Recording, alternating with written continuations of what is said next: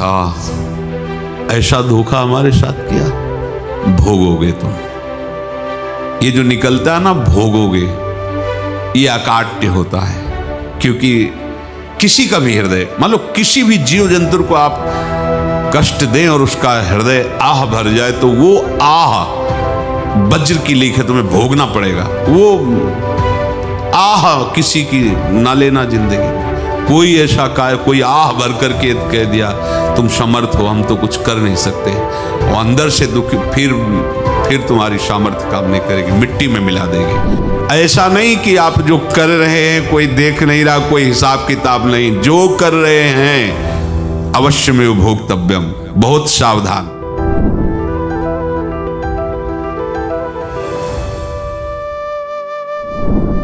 जीव स्वयं नित्य निरंतर कर्मों के जाल को रच रहा है और अपने आप को बांध रहा है। आपको मुक्त होना है, बंधना नहीं है। जीव का जन्म कर्मों के अनुबंध से होता है, कर्मों के बंधन से होता है, और उसको अपना ऋण चुकाना होता है, कर्मानुबंध। ये बहुत सूक्ष्म विषय है। जैसे आप जिस परिवार में जन्म लिए हैं, तो उस परिवार के लोगों से आपका ऋण है, इसलिए उसी परिवार में आप आए हैं। और ऋणानुबंध, उसको बिना चुकाए या बिना वसूल किए आप वहां से जाएंगे नहीं। आपको लेना है तो वसूल करना है, और देना है तो चुकाना है। ये पूर्व के जन्मों से निश्चित किया गया है। जैसे किसी के यहां पुत्र हुआ, जन्म से ही पैसा खर्चा शुरू हुआ, बड़ा हुआ तो उद्दंडता के द्वारा मार पूरे परिवार को क्लेश पर क्लेश देता चला जा रहा है। ये तुम्हारे कर्म का फल है। या ऐसे शक्तिहीन बुद्धिहीन ऐसे पागल पूरे जीवन सेवा करो, तुमसे अपना हिसाब चुकाने के लिए वो आया है। अब परिवार के जो सदस्य जुड़े आके, मतलब पत्नी आते ही पूरी हृदय में आनंद, परिवार में आनंद, और जीवन भर वो आनंद ही सुख देने के लिए उसका जन्म हुआ। वो अपना ऋणानुबंध मुक्त, और आते ही भयंकर क्लेश खड़ा कर दिया, बीच में दीवाल और झगड़ा वैसा, फिर अतरे दिन मारपीट शुरू, कलह अशांति, पूरा जीवन नरक हिसाब करने आए। यहां ऋण चुकाए बिना कोई जा नहीं सकता, ऋण चुकाना पड़ेगा। किसी का ऋण वसूल करना है तो किसी को ऋण चुकाना है, दोनों काम करने होते हैं। अनेक जन्मों में अनेक लोगों के साथ हमने जो बर्ताव किए हैं, अच्छे या बुरे, वो होंगे। अब किसी आदमी को हम जानते नहीं, अचानक मिला, अचानक टक्कर लगाओ, मार पीट गाली गुप्ता सब कर दिया, चुपचाप सह लो। क्यों? ये आपका हिसाब है, पूर्व का हिसाब। हमारा उससे कोई द्वेष नहीं, कोई संकल्प नहीं। अचानक घटना घटी और हमसे द्वेष करने लगा, हमें पीटने लगा, हमें गालियां दे, ये हिसाब है, चुपचाप सह जाओ। अपने घर का भाई ही भारी दुश्मन बन गया और क्लेश दे, हिसाब है। एक प्रभुदत्त ब्रह्मचारी जी की वाणी में पढ़ा था, एक महात्मा जी भ्रमण करते थे, तो उस समय असरफियां चलती थी, मोहरे असरफियां, तो उनको भेंट में देते लोग। तो या तो ठाकुर सेवा में लगे तत्काल, या संत सेवा में तत्काल लगे, उसका संग्रह करके डोलना ये ठीक नहीं है बैरागी के लिए, सिद्धांत में ये ठीक नहीं। तो जब 2, 4, 6, 8 ऐसे मोहरे हुई, तो उन्होंने विचार किया कि और भ्रमण करके जब काफी मोहरे हो जाएंगी तो प्रयागराज में जब कुंभ पड़ता है, एक बार पूरे सब अखाड़े के संतों को, अलग अलग संप्रदाय सब संतों को बुलाएंगे और सबको पुआएंगे। अब साधु है तो यही विचार करेगा, और क्या विचार करेगा। तो उन्होंने एक ऐसे डंडा बनवाया, बेंत, जो ऊपर से चूड़ीदार और भीतर पोला, और मोहरे उसमें डालते गए। और भ्रमण, जहां जहां श्रद्धालु भगत थे सबके यहां जाना और इच्छा रखना कि एक मोहर तो दे दे दक्षिणा में। कामना कोई भी हो वो बांधती ही है, ध्यान रखना। इसीलिए प्रभु जो चाहे वो करे, अपनी चाह नहीं रखनी चाहिए, अपनी चाह प्रभु की चाह में मिला देनी चाहिए। धीरे धीरे वो छड़ी भर गई। भ्रमण करने वाले महात्मा चूड़ी लगाई, इंतजार करते रहे जब प्रयाग का कुंभ पड़ा तो चले। तो रास्ते में एक गांव में पूछा जाता है, जैसे कहीं रुको कि कोई श्रद्धालु ऐसा है जो संत सेवी है। तो कुछ लोगों ने बताया हाँ एक परिवार है बहुत संत सेवी है और आपको मिलाते हैं उनसे। आइए महाराज, घर में रुका, खूब अच्छा हलवा पूड़ी पवाया और जो घर के मालिक थे चरण दबाए। चरण दबाते दबाते उनकी दृष्टि पड़ी उस डंडे पे, इतना मोटा और ऊपर से कुछ चूड़ी सी भी नजर आ रही, इस डंडे में तो कोई रहस्य है ही है। अब महात्मा जी को खवा पिला के सुला दिया। महात्मा जी जब सो गए तो पत्नी से धीरे से कहा वो डंडा लाओ बाबा जी का। डंडा और वो चूड़ीदार जो ही खोला पलटाया तो सैकड़ों मोहरे। ऐसे संत रोज पधारे भगवान, तुम आनंद हो जाए फिर क्या। पत्नी से कहा नाप के कंकड़ लाओ। वो तो महात्मा जी तो खाए खीर पूड़ी, आराम से सो रहे। रात में पूरी प्लानिंग करके उसमें कंकड़ भर के चूड़ी लगाकर सिराने रख दिया, सारी मोहरें हटा ली। महात्मा जी आराम से छड़ी उठाए तो वजन पक्का। वैसे बड़े लोग चतुर होते हैं पर ये नहीं जानते कि कर्म कितना भयानक होता है। और उनकी कोई संतान नहीं थी पर धन में इतना प्रेम उनको था। बहुत सावधान साधु महात्माओं के पास जो अर्थ है, गृहस्थी अगर आता वहीं से है, पर अगर उसको जोर जबरदस्ती या किसी छल कपट से तो वो उसका विनाश ही करता है। आज तक का प्रमाण है। अब उनको ये भाव पता नहीं होगा या पता होगा तो लोभ के कारण वो उसको मान नहीं पाए होंगे। महात्मा जी गए प्रयाग में, किसी अखाड़े पर रुके और वहां प्रार्थना की कि कल जो है संपूर्ण अखाड़ों का निमंत्रण किया जाए और सब संतों को भोग पवाया जाए और उनको दक्षिणा भी दी जाए। महंत ने सोचा कि बहुत बड़ा है तो उत्सव है, क्योंकि प्रयाग में कितने हजारों संत महात्मा सब। तो उनका महाराज बोरों इसमें चीनी और टीनों घी लगेगा, सब व्यवस्था। बोले आप मंगाइए, एक एक हिसाब हम करेंगे, हमारे पास सब व्यवस्था है। बोले कुछ तो पहले दे दो, वो इकट्ठे देंगे हम। उनको था कि अगर हम छड़ी खोला और दो चार मोहरे दी, किसी को पता लग गया तो गड़बड़ हो सकती। बोले हम भंडारे के समय आखिरी में सब कुछ आपको दे देंगे। ठीक। वो अपने पास से पैसे लगाकर खूब जितना सामग्री सब लाए लाखों की, और सब संतों को निमंत्रण कर दिया। संत जन निमंत्रित हो गए, भंडारा बन रहा है। तब वहां के महंत है और उनका देखो भंडारा भी बन रहा है, संतों को निमंत्रण। अब आप अर्थ की व्यवस्था कीजिए, क्योंकि इतनी बड़ी हमारी सामर्थ्य नहीं थी जितना हमने किसी तरह हमने व्यवस्था की। अब मुझे अर्थ चाहिए, तभी आगे की व्यवस्था बढ़ेगी। संतों को दक्षिणा देंगे और जिनसे अर्थ लिया उनको दे। देखो रसोई बन गई है सब। उनका अच्छा तुम्हें विश्वास नहीं तो ये अभी चूड़ी खोली, उनको तो था ना कि मोहरे हैं कंकड़। तो अब जैसे कितना उनको सदमा लगा होगा, हजारों संतों का निमंत्रण, रसोई बन, मतलब संत हो के छल कपट। तो उनका महाराज आपने तो हमारा नाश कर दिया, जो महंत थे। अब बताओ रसोई बन गई, संत निमंत्रित हो गए और आप ये कंकड़ दिखा रहे हैं हमको। आपने तो हमें बर्बाद कर दिया, हमारी इतनी सामर्थ्य नहीं थी, आप पहले बता देते। संत होकर ऐसा छल कपट। अब वो बोले तो क्या बोले, क्योंकि उनको पता था कि मोहरे हैं इसमें। अंदर से उनका चिंतन गया उसी सेठ के पास, अच्छा ऐसा धोखा हमारे साथ किया, भोगोगे तुम। ये जो निकलता है ना भोगोगे, ये अकाट्य होता है। क्योंकि किसी का भी हृदय, मान लो किसी भी जीव जंतु को आप कष्ट दें और उसका हृदय आह भर जाए, तो वो आह वज्र की लीक है, तुम्हें भोगना पड़ेगा। वो देखो भीष्म जी को भोगना पड़ रहा है ना। सांप को ऐसे धनुष की नोक से उठाया और बंबूल के कांटों के ऊपर फेंक दिया, कई दिन तक छेदा हुआ, वो आह भर करके मरा। तो आपको 6 महीने बाणों की सैया पर आह किसी की ना लेना जिंदगी में। कोई ऐसा कोई आह भर करके कह दिया तुम समर्थ हो, हम तो कुछ कर नहीं सकते, और अंदर से दुखी, फिर तुम्हारी सामर्थ्य काम नहीं करेगी, मिट्टी में मिला देगी। फिर ये तो संत थे और भगवत आराधना के लिए, संत आराधना के लिए ही ऐसा किए हुए थे। अब इनका कैसे मुंह दिखाएं, अब क्या करें।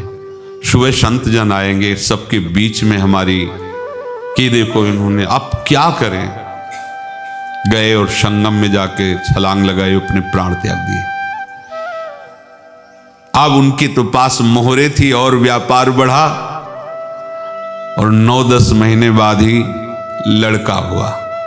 अब तो उनको कि संत फलीभूत हो गया, देखो व्यापार चल रहा, लड़का नहीं होता था, लड़का भी हो गया, बड़ा आनंद छा रहा है। जब से वो प्रकट हुए और धन की वृद्धि शुरू हो गई, पढ़ाई लिखाई में उनके खर्चा हुआ सब, बस बीमारी शुरू हो गई उनके शरीर में। अब उसमें पैसा जाना शुरू हुआ, इतने आसक्त तो वो दोनों हो गए कि कुछ भी हो, व्यापार ठप, संपत्ति बेचना शुरू। तो उन्होंने कहा कि बेटा मैं क्या कर सकता हूं तुम्हारे लिए।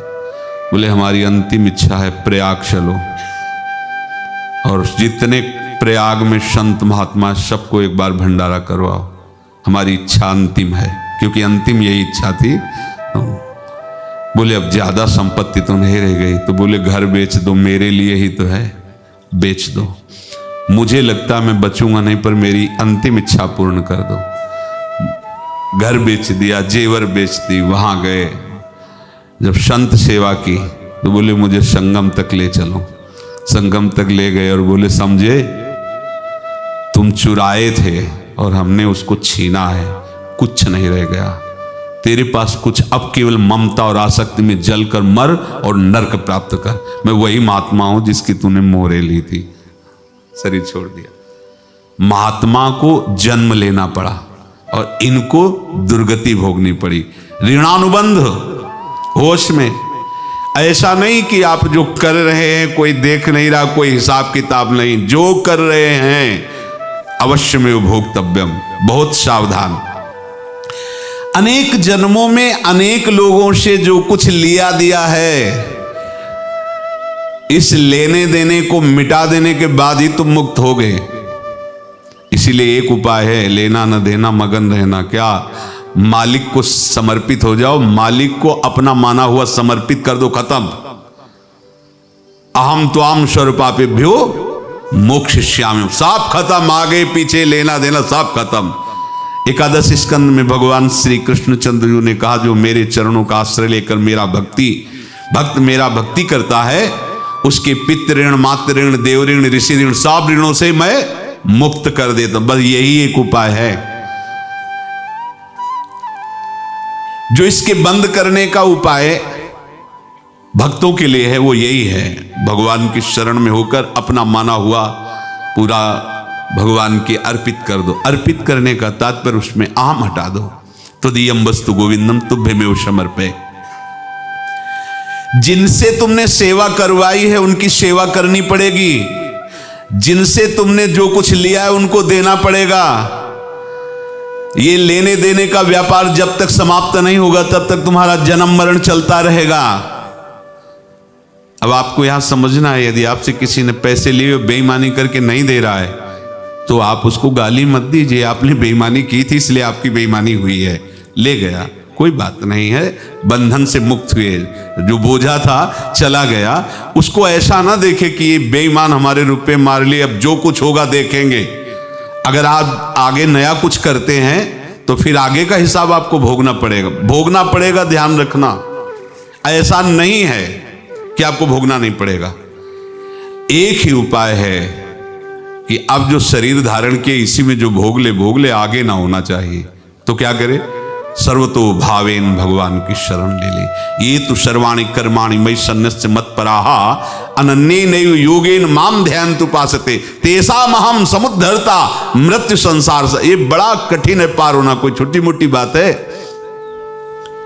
एक महात्मा बाल्यावस्था से भजन करते थे, शालिग्राम भगवान पास रखते थे और उन्हीं की आराधना करके बस पाठ नाम जप और भ्रमण करते थे। यौवन अवस्था थी, गंगा जी के किनारे अपने ठाकुर को विराजमान करके स्नान करने के लिए कपड़ा ही उतार रहे थे कि 90 लोग आ गए, भाला तलवार सब ले, मारो मारो इसको मारो, घेर लिया। तो उन्होंने हाथ जोड़कर कहा हमने क्या अपराध किया, कोई सुन ही नहीं रहा। तो उन्होंने कहा मार तो डालोगे ही आप 90 लोग, हम कोई अस्त्र शस्त्र तो लिए नहीं, एक बार हमें गंगा में डुबकी लगा देने दो और अपने ठाकुर को स्नान करा देने दो, फिर इसके बाद आप मार देना।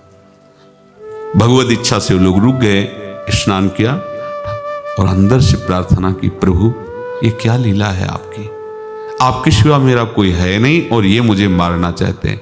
तो भगवान ने जानते हो क्या कहा उनके अंतर में, तुम मेरे में ध्यानस्थ हो करके शरीर को छोड़ो, ये लोग मारेंगे, ये मेरे भजन का फल है कि तुम्हें 90 जन्म नहीं लेना पड़ेगा, एक ही जन्म में 90 मिलके, तुमने 90 हिंसा की थी पूर्व में, तो तुम्हें 90 बार जन्म लेना होता और एक एक करके मारते। ये मेरे भजन का प्रताप है कि एक बार में ही 90 का हिसाब हो जाएगा। तुम आंख मूंदो, मेरे ध्यान में मगन रहो, मेरे प्रताप से तुम्हें कोई चोट नहीं होगी और स्वाभाविक मूर्छावस्था में प्राण तुम्हारे छूट जाए। ऐसा ही हुआ, ऐसा हुआ। तो ये बात समझ लो कि ये जो कर्मानुबंध है, ऋणानुबंध है। आप देखो, अगर शाप महात्माओं ने दिया कि तुम्हारे वंश का इससे विनाश होगा, तो भगवान भी परम धाम जा रहे तो उसी कील से, बाण की नोक में जो मछली लील गई थी छोटा कण, उसी से की नोक बनाई और उसी नोक को प्रहार किया, भगवान के श्री चरण में वही बाण की नोक लगी और भगवान ने स्वीकार किया ना। भगवान का बड़ा लीला विचित्र है। अगर छुप करके उधर रामावतार में बात, तो इधर ऐसे स्वीकार किया है भगवान ने। ऐसा कहीं नहीं दिखाया कि मैं भगवान हूं तो मैं अपने लिए, ऐसा नहीं दिखाया। नारद जी का हित किया पर नारद जी ने शाप दिया तो भगवान ने स्वीकार किया। बंदरों ने ही सहायता की, जैसा बोले थे वैसा। ये लीला इस शरीर में भोगनी पड़ेगी। हाँ, ज्यादा को कम में भुगता देंगे, पर अब अगला शरीर ना मिले, इसके लिए सर्वतो भावेन भगवान के आश्रित हो जाए। जैसे आपने दुकान फैला रखी है तो उसमें दो काम होते हैं, लेना और देना। किसी को उधार दिया है तो हमें उसे लेना है, और कोई नगद देकर सामान ले रहा है तो उसे सामान देना है, या उधार लिया है तो हमें उधार देना है। अब अगर दुकान बंद करनी है तो तुम्हें देने वालों पर जोर देना है, लेने वालों पर जोर नहीं। लेने वाला तो जाओ हम क्षमा किया, समर्पित किया, हमारा कोई संबंध नहीं, खत्म हो जाए, वो खुशी हो जाएगा। लेकिन देने वाला तुम अगर दुकान भी उठा दोगे तो जहां भी रहोगे तुम्हारे पास वो आएगा, लाइए हमारा। तो देने पर नजर रखिए, जिसका जिसका हिसाब है वो आपके सामने आता जाए, हटाते जाओ। लेने पर नजर मत रखिए और दुकान फौरन उठा दीजिए, नहीं अगर लेते देते रहे तो चलता रहेगा। आगे चलकर कुछ लेना न देना, मगन रहना बस अपने प्रभु के चिंतन में। अब हम कैसे जाने कि किसको क्या देना है, हमें क्या पता? तो हम पूरा हिसाब जिनको पता है उनको दे देते हैं, समझ रहे हो? उनको पता है क्या लेना है क्या देना है, तो इनके पास पहुंच गए, सरकारी हिसाब से सब बराबर कर देंगे। हमको अपनी जिम्मेवारी इनकी चरणों में समर्पित कर देना है, तभी हम जीवन मुक्त होंगे। ये रहस्य की बात है। प्रभु कह रहे हैं, यस्य सर्वे समारंभाः काम संकल्प वर्जिताः ज्ञानाग्नि दग्ध कर्माणं तमाहु पंडितम बुधाः। जिसके संपूर्ण कर्मों के आरंभ संकल्प और कामना से रहित हैं, तथा जिसके संपूर्ण कर्म ज्ञान रूपी अग्नि से जल गए हैं, उसको ज्ञानी जन भी पंडित कहते हैं, बुद्धिमान कहते हैं। पूज्य श्री भाई जी महाराज कह रहे हैं, जैसे वहां ज्ञानाग्नि से दग्ध कह रहे हैं, तो अपने वृंदावन वासियों का प्रेमाग्नि से सब कर्म संस्कार दग्न होते हैं। जिस समय आपके हृदय में भगवत प्रेम का प्रादुर्भाव होगा तो लेश मात्र कभी तुम्हें दुख नहीं भोगना पड़ेगा। प्रेम का प्रादुर्भाव होते ही दुख का नाश हो जाता है, महासुख। जब प्रेम का प्रादुर्भाव होगा तो समस्त पाप भस्म हो जाते हैं, अशांति नष्ट हो जाती है, संसार ज्वाला स्पर्श भी नहीं कर सकती है। जब भगवत प्रेम का प्रादुर्भाव होता है तो हो सकता है उस उपासक के जीवन में दुखों का पहाड़ टूट पड़े, परिवार खिलाफ, शरीर रोगी, अव्यवस्था, बहुत बहुत कुछ, सब कुछ। कह रहे हैं इतना सब होने पर भी उसके हृदय में कोई भी दुख नहीं होता। ऐसा सामर्थ्यशाली भगवत प्रेम है। भगवान के चरणारविंद का जिसके हृदय में प्रेम है, भारी से भारी दुख भी उनको विचलित नहीं कर सकता।